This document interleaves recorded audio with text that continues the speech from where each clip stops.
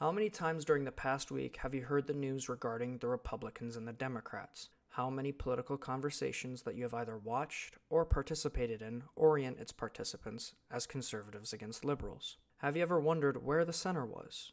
If it was ever a party, or had a sort of representation in debates, elections, or in day-to-day life? Why is it that people who vote independent are told that they are wasting their votes? What was the point of the Founding Fathers to fight to gain their own representation, to create a system that escaped rule under a single party, and to create a platform for different ideas, only to have their descendants formulate their political stances around two political powerhouses? I find myself having these questions, and wondering why other people haven't expressed a similar curiosity.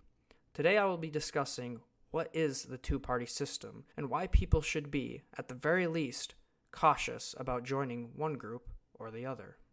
But before I do so, I would suggest if you spend a few minutes of your time to gain background knowledge on the history of the political parties and a bit of recent politics. I would suggest watching Knowledge Hub's two-part videos called History of American Political Parties. Both videos are 8 minutes each and can provide a little bit of insight as to how the parties were formed, and where I will be referencing certain historical facts. And please, do feel free to formulate your own ideas and to do your own investigation. I am but one person who has done his own research and who has formulated his own ideas. By no means should you not formulate your own conclusion, for the purpose of this video is to promote the individual's right to and understanding of why they should form their own opinion. The United States political sphere is one that has almost always been charged as one group against another. Even before the U.S.'s independence, the Loyalists and the Patriots often clashed both verbally and physically.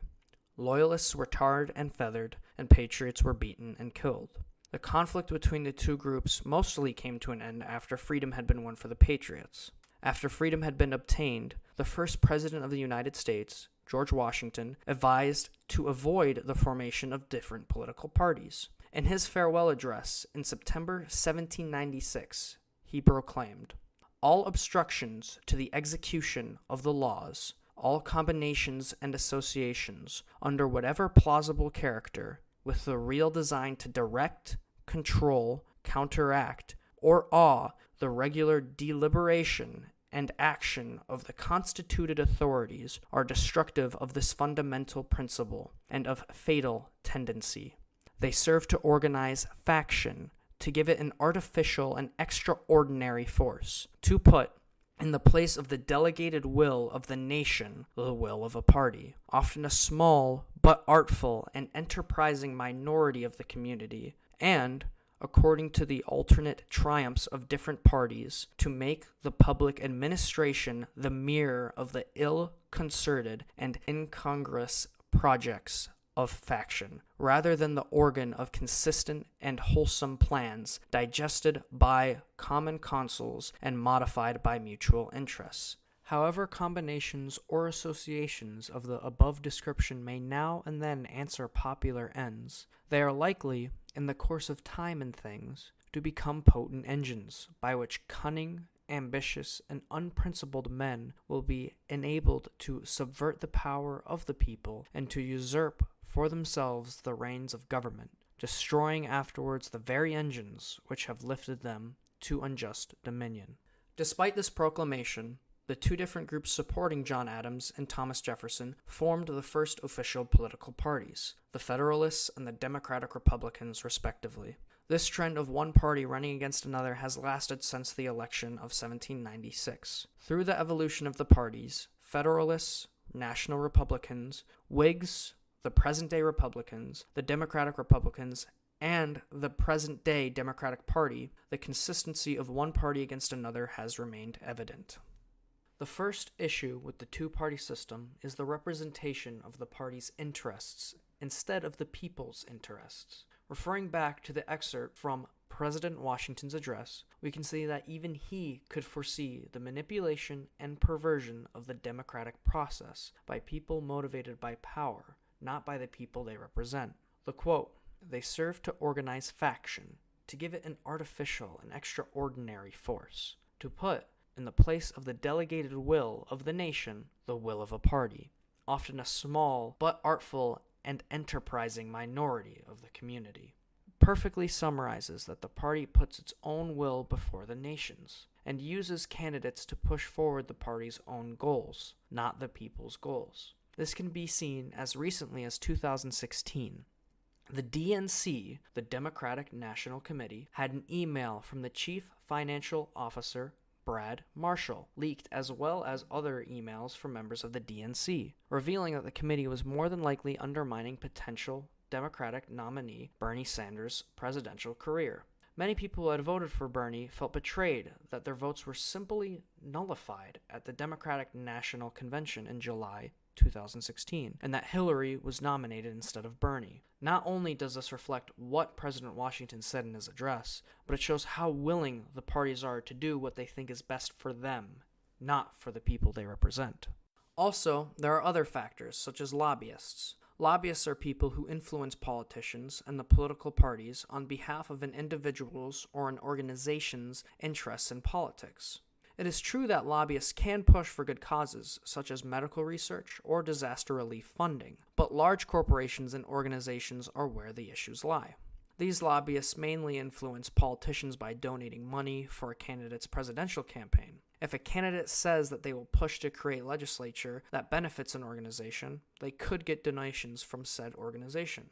Oftentimes, organizations that do lobby for candidates see their money return in full and more when tax rebates come during the next term. So, not only does power corrupt, but greed as well. With either an increase in the number of parties participating or a complete abolishment of the two-party system, the nation can see a reformation of politicians and what they stand for. Instead of representing what lobbyists and what their own party wants, they can stand for their own ideas and beliefs, which in turn would stand for the rest of the populace of this country.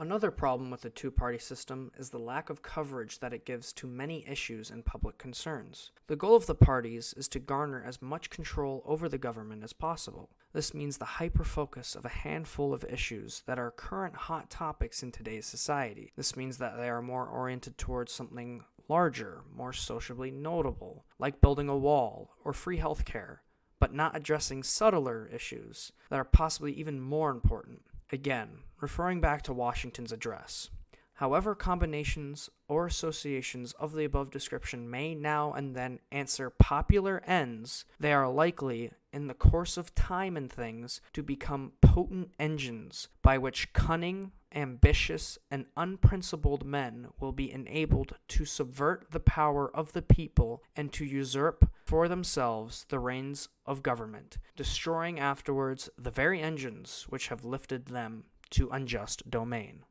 This quote summarizes the party's knowledge that they know they are causing a lot of tension over certain issues, and their goal is to get as many people to join their side of the cause as physically possible, instead of aiming for a more reasonable solution.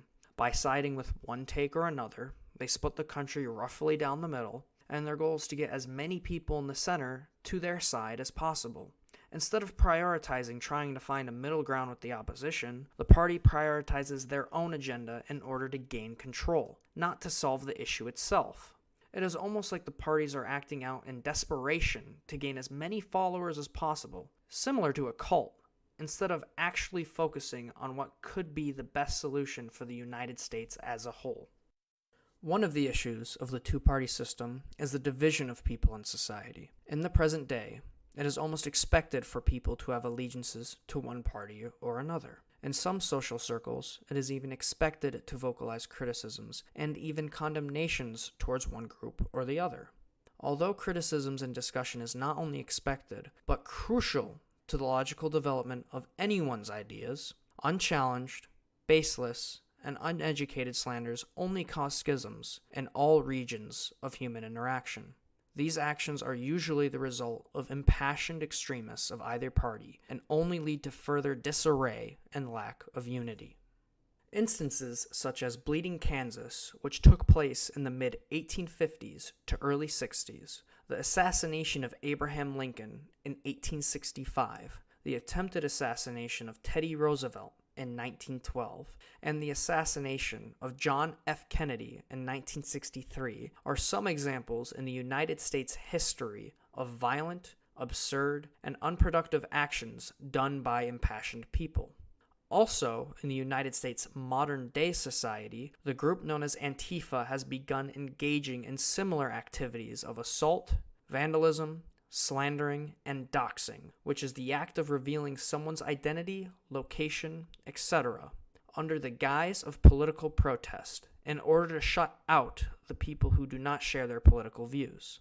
Not only is this present in the United States society today, but the events at Christchurch, New Zealand this year are the results of a far-right extremist acting out and killing to vocalize his opinions in accordance of his beliefs.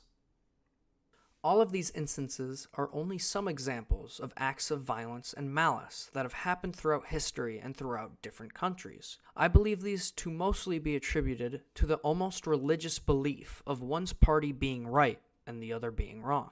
Instead of discussing differences in ideas, instead of discussing methods to find a compromise, instead of trying to see the issue through the eyes of the other party, members of both parties slowly push the parties away from each other. Whether this is due to blind faith in one's party or due to personal ignorance to others' ideas or facts, the pushing slowly but surely will result in one of the two groups failing and the other to rise in tyranny. This is beautifully written and shown in the book Animal Farm by George Orwell. In Chapter 5 of the book, Snowball, a pig who is trying to convince the farm to work to build a windmill for electricity to generate more produce, was chased off the farm by Napoleon, the pig opposing Snowball and his ideas, and Napoleon's pack of dogs. Napoleon then slowly changed the laid-down rules that initially started the animal farm, implementing rules that suit his own control. This can also be shown in communist countries such as the USSR, Vietnam, North Korea, etc., and in the stages of the French Revolution, during the Reign of Terror, where around 17,000 people were executed by the guillotine due to fear of conspiracy and betrayal. The further and further the parties slide, the more violence is accrued, and the more reason and logical discourse gets thrown out the window. The two-party system is a field for where unreasonable and illogical contempt can grow, and will always lead to the outcome of one party's survival and one party's death, with the cost being shunted to everyone in society. If there were more parties, or even no parties, people could have less of a tendency to violently or verbally assault and slander other members of society and politics, with their reasoning stemming from their own political vigor and ignorance. Also, it reintroduces the opportunity for people to investigate issues themselves. Instead of relying on conservative or liberal news outlets for information, people would have to investigate facts for themselves based on the issues that are most important to them, not to the party that they align themselves to. Finally, this leads us to the last problem: you, the worker, the business owner, the student, the teacher, the father, the mother, the citizen, the individual.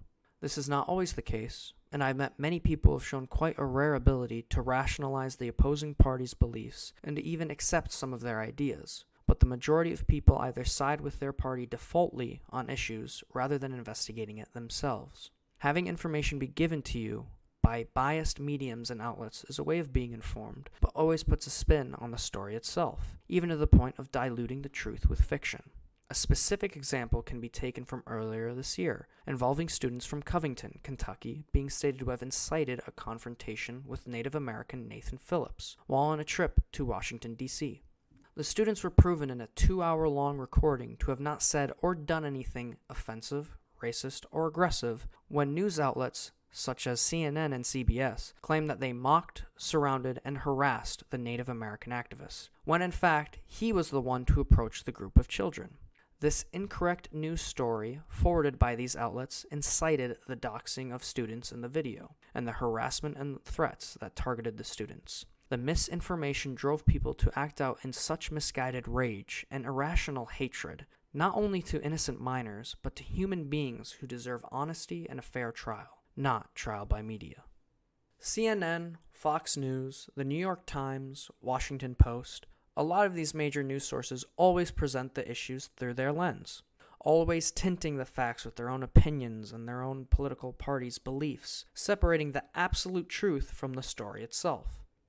Also, it is the common person who fails the political system every time they decide not to vote for who they think is right. If you believe that a more central or more moderate politician has your beliefs in mind, vote for them. If they have your personal beliefs and ideals in mind, they are the one you should vote for, not the one your party is pushing forward. To some, it is seen as a waste of a vote, but the more that people take their own ideas seriously, and the more that these sorts of politicians are voted for, the more of a change we can see for the government and for the people as a whole. In addition, by letting people who claim to be of similar political orientation as you get away with acts of violence, slander, and actions that go directly against our Constitution as we have agreed to live by is another failure to society. These people, the extremists, both left and right, should be allowed to speak. Their right to protest and their right to publicly present themselves is theirs, and we should absolutely defend it. However, they do not have the right to act out or incite violence against any one citizen or any citizens, no matter the reason. Every time you choose to ignore your own party's extremists, you are allowing the pushing of the parties to continue. Every time you succumb to your extremist demands, calling people snowflakes, Nazis, liberals, alt-right, fascist, etc., you are just pushing yourself further from the center and becoming part of the extremism that will topple the country as we know it. Instead of always falling back on your party's beliefs whenever confronted with an issue or with a major event, look into it yourself. Try to find all the facts, all the unbiased facts. Try to see the issue from all sides, because the answer is almost never black and white. The more you open yourself up to the ideas of others and truly test and experience them, the more enlightened you will be as a person, and the more the benefit is for this country. Intelligent, informed, and understanding individuals are what will create change for this country for the better. The goal of this video isn't to make you hate politicians, for not all politicians are corrupt or evil, despite what the news may say, nor is it to make you hate the two-party system, despite its noticeable flaws. My focus is to bring to light many of the system's issues which need to be addressed, and to promote the thought of the individual when it comes to voting for any sort of representation in the government. It shouldn't be individuals voting for a party to win. It should be individuals voting for a representative to win, a representative that they believe has their interests in mind, not a party's, not an organization's. Individuals shouldn't hate the opposing political party because of their presidential candidate. They should instead focus on what the people of the party stand for. Individuals should not judge others solely based on their political affiliation, and should, in fact, seek out others with different political beliefs. Only in challenging your own ideas will you truly understand them, and will you grow both intellectually and as a person. The more that people work together to solve a problem, the faster and more efficiently the problem will be solved. Instead of resorting to name-calling, to violence, or to ignoring others of different stances, people should be more open to them, and in fact, enlighten themselves on many topics of issue. Only then will the United States truly have a country of citizens who are all focused on what's best for the country and not for themselves or a political party. Thank you all for watching until the end. I know it's a lot to take in, and I might have been a little prickly at times. However, please just drop a comment down below with what you thought, and if you agreed or disagreed with what I said, or just to tell me to sod off. I'd love to talk about this with anyone who's really interested, and just remember to check out the links in the description. I do have the links to the videos above and to a few facts such as the farewell address and whatnot. And I just hope all of you have a nice day and have a long thought about this.